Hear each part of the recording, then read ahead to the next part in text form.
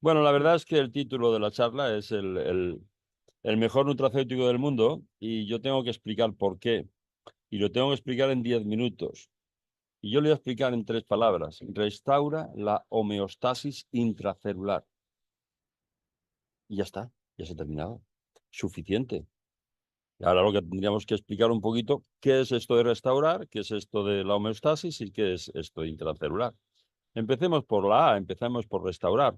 Todos hemos entrado en casa porque tengamos que arreglar la cocina o lo que sea, y entonces ha venido un artista a arreglarnos esto, a intentar dejárnoslas como nuevas. La verdad es que aquí tenemos suerte. Tenemos un gran artista, porque es verdad que Inmunocal es un producto excepcional, el artista es muy bueno, pero ya el problema que tenemos ahora son los pollaques. Pues ya que estamos aquí, vamos a arreglar esto, pues ya que estamos aquí, vamos a arreglar lo otro, pues ya que estamos aquí, vamos a. Y es imposible que Inmunocal funcione en una parte del cuerpo y no en otra. Es verdad que si tenemos un tejido, un terreno de secano, y ponemos una gotita que vaya un poquito humidificando ese terreno, no me muevas la mesa, por favor.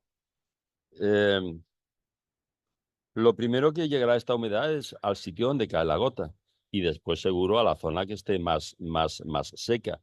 Pero si seguimos dándole esa gotita, esa gotita, esa gotita, al final todo el terreno se va a volver terreno de regadío.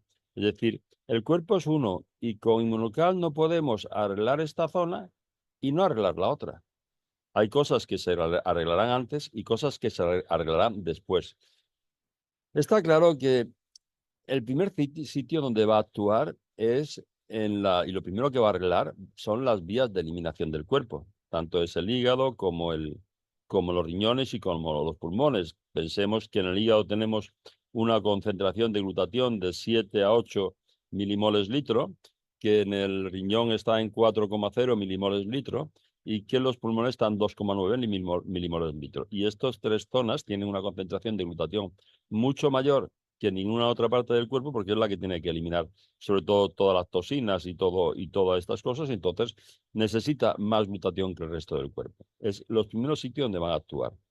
Pero también pensemos que si la función que tiene va a ser neutralizar radicales libres, sabemos que esos radicales libres se producen en las mitocondrias dentro de las células por la respiración celular, por el consumo de oxígeno.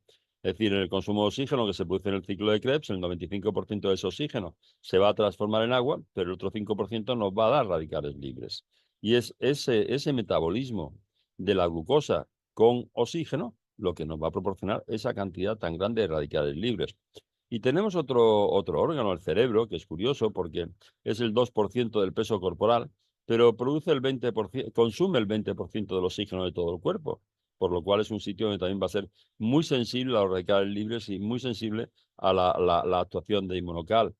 Es curioso que en un mes y medio, uno se nota que tiene más optimismo, más claridad mental.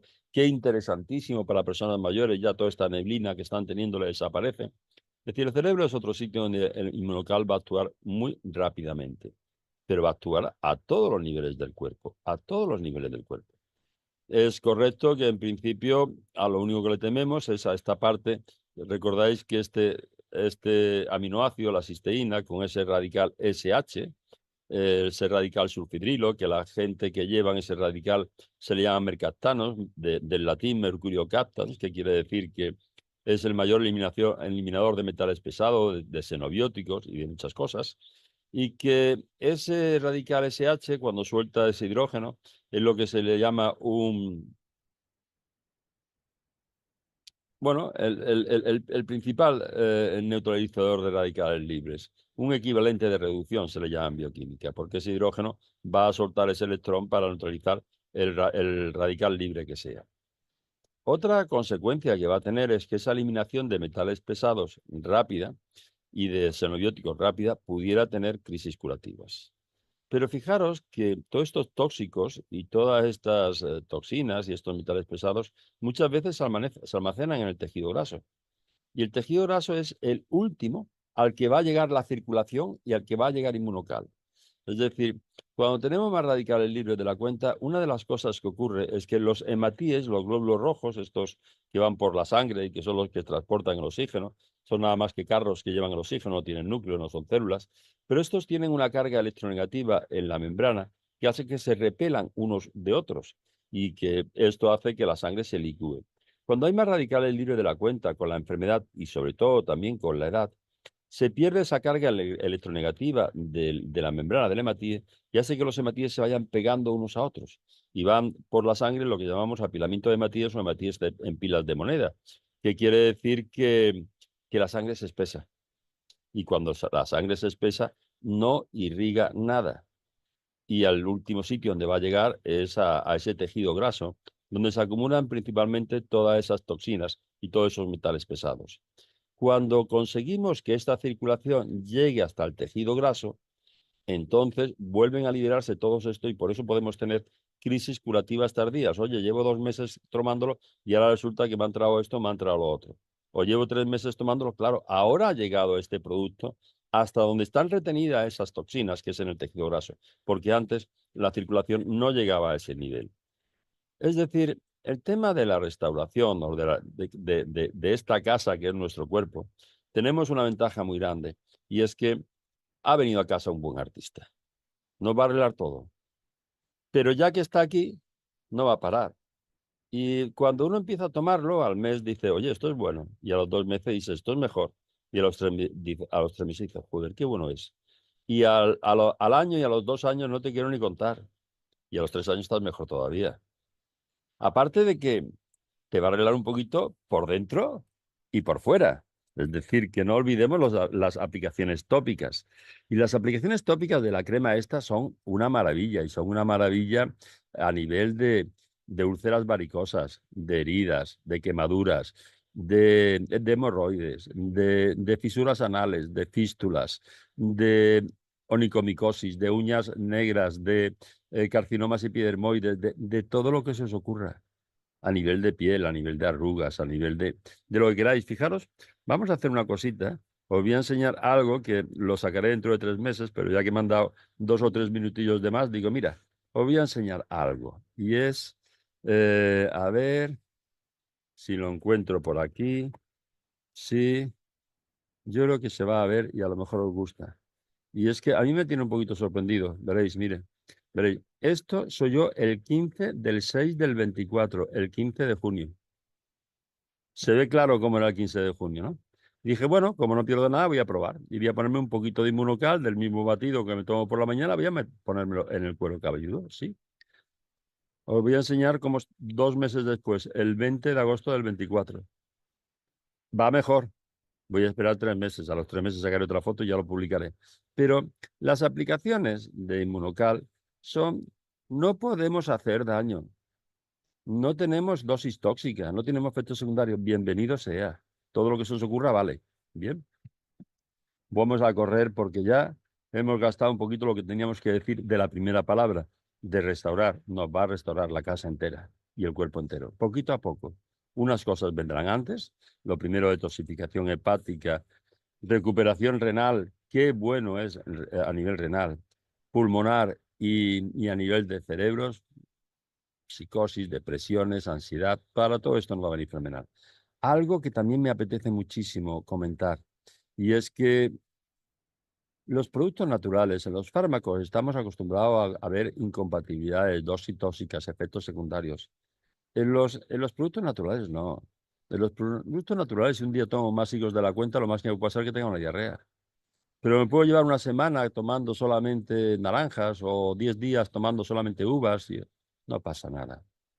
No. También quiero comentar en que esto y en esta enfermedad y en esta otra enfermedad, que no, que, que no hay enfermedad, que hay enfermo, que somos todos diferentes. Unos se tiran más tiempo y otros necesitarán menos tiempo. Unos se tiran más dosis y otros necesitarán menos dosis. A mí me parece lógico pensar que un sobrecito sería para niños y mascotas y que a partir de los adultos que menos combatido al día de 2 sobrecitos y un booster y con enfermedad serían 4 y con enfermedad grave 6. Pero todos vamos a ser diferentes. Vamos a ir a la segunda palabra.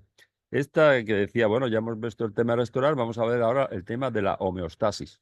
Un poquito la más complicadilla, bueno, y la más bonita, porque homeostasis viene del griego, homeos, que es igual o similar y estasis estado, estado igual o similar. Es un término que acuña Walter Cannon, un fisiólogo americano, en el 26, pero él lo explica que es refiriéndose a lo que allí ha explicado ya Claude Bernard en la segunda mitad del siglo XIX. Claude Bernard, os acordáis que era el catedrático de fisiología en Francia en aquella época y que es el autor de la teoría del terreno y del medio interior.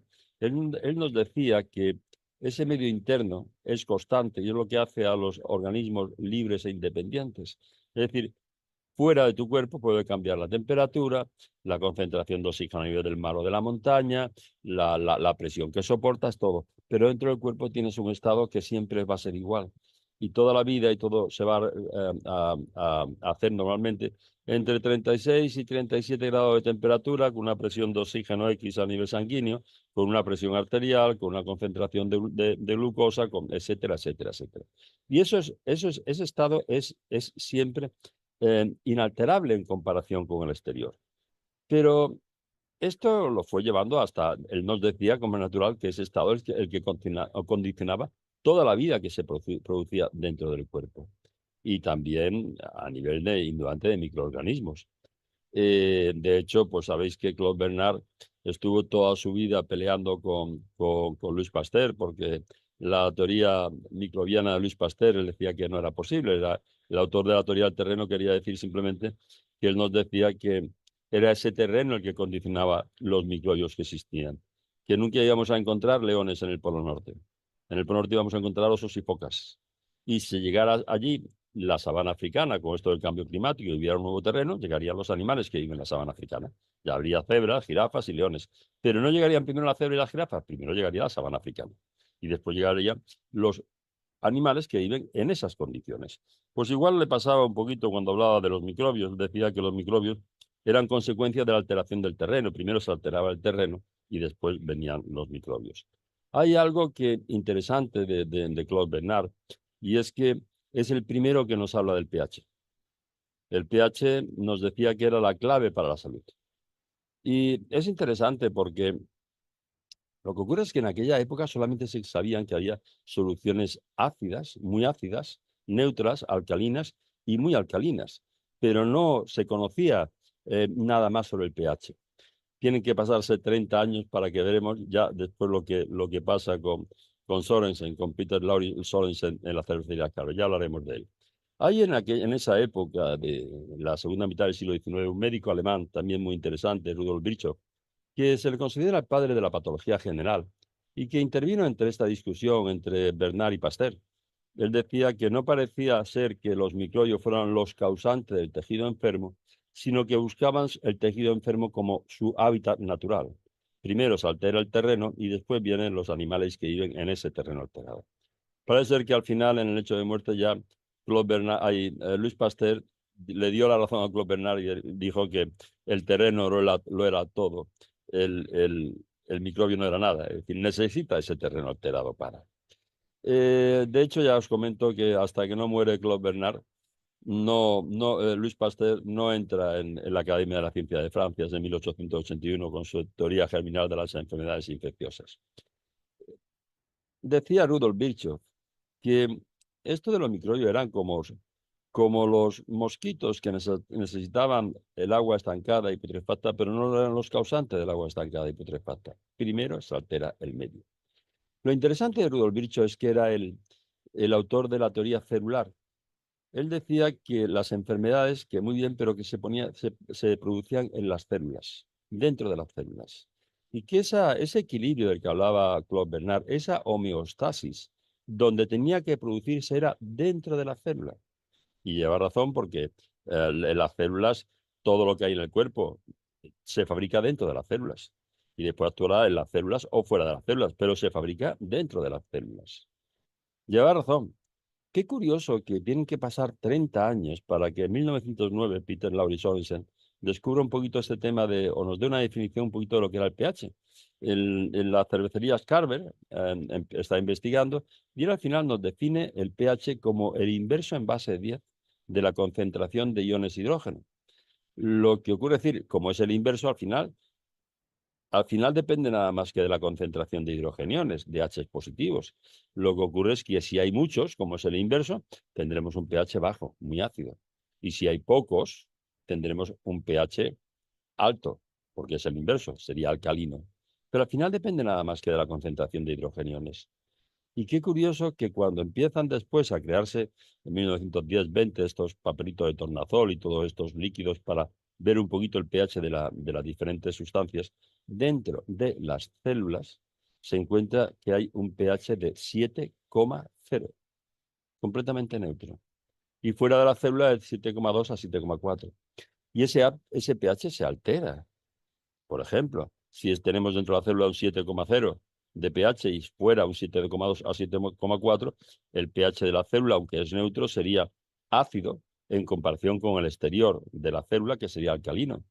En el cáncer y en las enfermedades graves se altera y se vuelve muy ácido el medio externo y se vuelve alcalino el interior de la célula y la célula se hematiza y se hincha.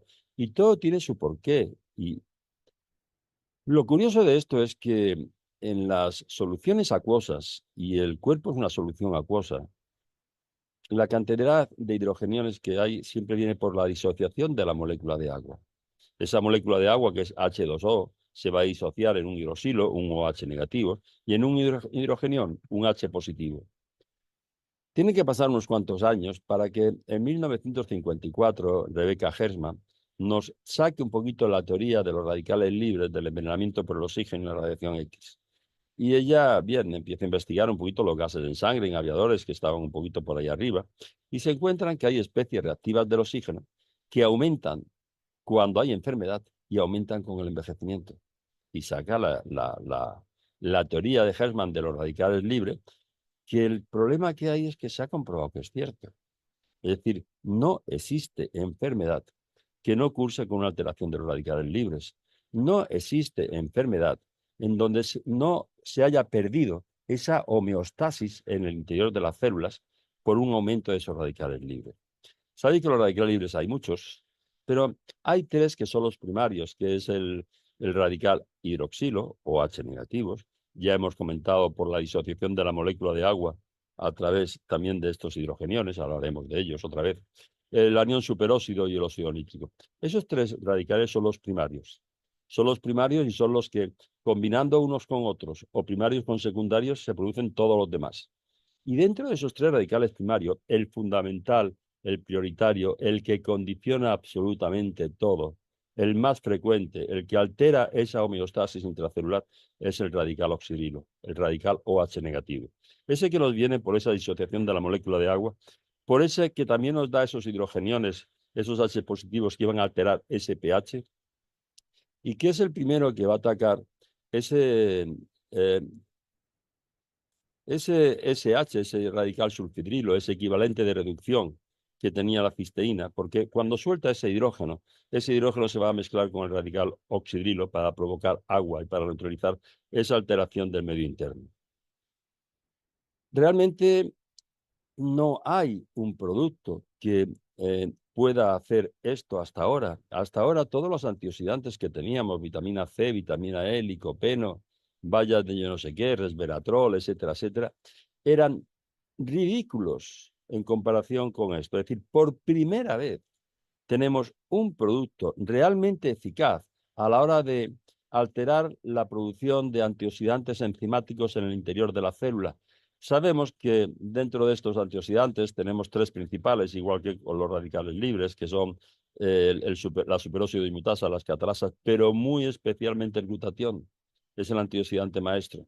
Me pasa igual que con los radicales libres, que tenemos tres fundamentales, el radical oxidilo, el anión superóxido y el óxido nítrico, pero el radical oxidilo es el que condiciona toda la alteración de ese pH intracelular y esa homeostasis intracelular. Bueno, pues ya hemos hablado un poquito de esta homeostasis, de lo importante que es recuperarla y que tenemos un artista que es capaz de recuperarla. Ya hemos dicho que esta restaura la homeostasis intracelular. Y ahora tenemos que hablar un poquito de qué quiere decir esto de intracelular. Y esto intracelular quiere decir que las enfermedades, lleva razón Rudolf Virchow, se producen en las células. Es decir, el cuerpo está constituido por hidrato de carbono, por grasas y por proteínas. Pero los hidratos de carbono y las grasas son fuentes de energía y estructurales de las membranas celulares y cosas por el estilo, pero el cuerpo funciona gracias a las proteínas. Gracias a las proteínas que lo forman y además que se comunica. Todas las hormonas, todas las, en fin, los mediadores, todas estas cosas siempre son proteínas. Las proteínas las tenemos muy pequeñitos, tenemos dipéptidos como este azúcar que se utiliza de sustituto mucho del azúcar, ¿Stevia? no, la stevia no, el aspartamo. El aspartamo es un dipéptido. Hay tripéptidos, como por ejemplo es el glutatión. El tamaño no es lo fundamental, es decir, hay proteínas importantísimas como puede ser la insulina, que tiene 4.800 aminoácidos, y otras que son tremendamente grandes, como puede ser las pectinas que están en el tejido muscular, que pueden llegar a tener hasta 30 y 35.000 aminoácidos, uno detrás de otro. Pero todas esas proteínas, todas sin excepción, se producen dentro de nuestras células. Cuando tomamos proteínas extrañas, las proteínas son aminoácidos, que son los ladrillos que lo forman, y que tienen un enlace peptídico que une unos aminoácidos con otros, que tiene una característica muy curiosa, y es que funcionan como las cuentas de un collar y van a girar en cualquier sentido del espacio según las cargas electromagnéticas que le influyen. Y esto hace que una proteína esté continuamente cambiando de forma, que todavía ya nos gustaría saber un poquito del porqué de esos cambios de forma. Muchas veces, es decir, pensamos que lo sabemos todos, y fijaros simplemente que, por decir algo, en las mitocondrias hay, creo que son unas 780 proteínas descritas que están continuamente cambiando de forma. Son nubecillas energéticas que se fusionan unas con otras, que se separan. Es decir, realmente sabemos muy poquito de todo esto. Pero sí sabemos que todas las proteínas que forman nuestro cuerpo, todas las proteínas que tienen que comunicar nuestro cuerpo en un sentido o en otro sentido, tienen que ser producidas dentro de nuestras células, en nuestros ribosomas, y con el visto bueno, la frecuencia y las instrucciones que tenemos en el ADN.